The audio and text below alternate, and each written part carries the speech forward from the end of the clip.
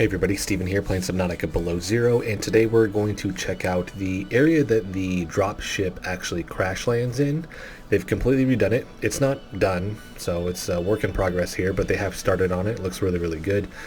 And we'll also check out a new opening in the second portion of the crashed ship. It's just a new entry point, and then we'll check the go-to commands because they've just added a ton of them. And then on top of that, we're going to check out the Stalker debug area, which with that they've added some and changed some animations that looks really, really good. And they've actually tweaked the cinematic a little bit, but it's one of those things that's so subtle, like I second guess whether or not it's in my head with certain things or if it's not. So like I said, they posted that on the Subnautica Changes Twitter account, but it's very, very subtle here. So we're going to get this thing started. We'll roll through this cinematic again and then crash land at the new opening there.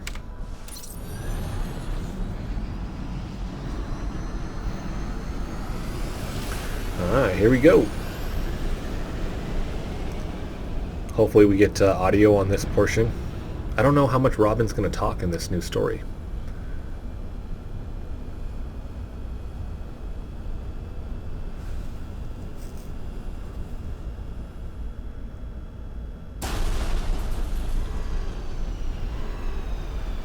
So the animation here seems a little bit cleaner, essentially what it seems like. And then how it crash lands, but that's been changed because now it hits different. And automatically you can tell, I mean, that's a different look for that area.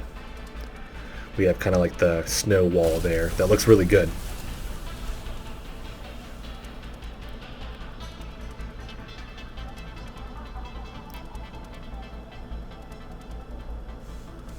Alright, here we go. And then it'll disappear. The drop pod. Another drop pod, by the way. They need to remove that. And then disappeared. Alright. So let's get console commands going here. Okay, so this is completely different. Let's go into free cam mode here. Alright. So it had kind of hills and all of that right here. They've completely removed everything. And like I said, this is just the beginning stages. My assumption is this will really look like the area around Research Base Zero. We have the frozen waterfall here. This ends up being all open. I'm wondering if they're going to tweak that or not. I think they will. We'll see. And then once we're here, we have two different paths to go down. Kind of like a topical view there. And then once we're there, it's just kind of a straightforward path. And done. Right? Or we can do this second route here. My assumption is the build out for it, it'll really look like the area where you walked up to the precursor base here. So we'll see the, and I'm forgetting the names, like, what are these? Thermal lily. I was about to say heat lily. So I think the thermal lily will obviously be there. They have also cleaned up the area around the base here. They still haven't fixed the fact that it's see-through until you go into it, but right here you actually had a portion of the mountain covering it, and so now they've actually just removed that, cleaned it up, so looks good.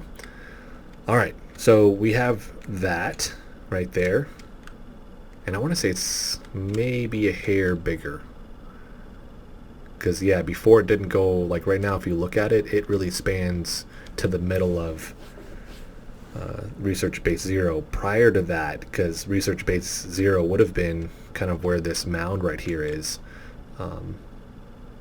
it didn't go that far back, so we'll see.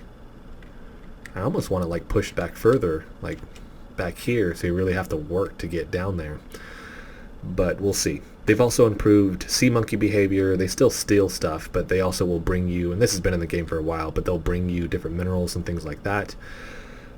They just have tweaked that. A lot of bug fixing right now. Beyond that, We'll go to the second portion of the crashed ship. And I'm pretty sure, because they just said they added the hull to the crashed ship, I'm pretty sure this is it. If I'm wrong, let me know in the comment section. Didn't see any new ones on the first portion or the third portion. But we have this, can go straight down, and then we have our reactor rods right here. So yeah, pretty sure that's it. So we have that, and then I'm going to come back. They've also fixed lighting for the glacial basin, and we'll see it pop in a little bit right there. When you start to see the black kind of pop in. There it is. So they've actually pushed that back so it doesn't layer over all of this, which I like for being in free cam, so I can see stuff and show you guys stuff now. But that's not something that you see it like that, obviously, when the fog and the weather is turned on. So they have that. They also have supposedly the interaction between the exosuit, the prawn suit, and the ice worm, but I haven't been able to get that to click in. I don't know what I'm doing wrong with that. If we go back here, though, backside of this little mountain area, we will run into the Snowstalker debug area. He won't do anything to you right now. Looks really cool, and if you just hang out here, there you go, you'll see some of the animations. And I think they've really nailed this. They've really cleaned it up, and it looks much better. We'll see if we'll get them to claw at stuff here in a second. Maybe. There it is. I think that's pretty cool. Yeah, I like that. So they have that. There's a couple other animations. I think it'll stand up on its back legs and roar, but I think that was already in there. So in order to get here, though, if I was just going to use console commands, go to. If you hit go to and then whatever the location is, obviously you go there. But if you just type in go to, that list is huge now. This used to be really, really short. We have a ton in here. Wish it would just stay up there, though.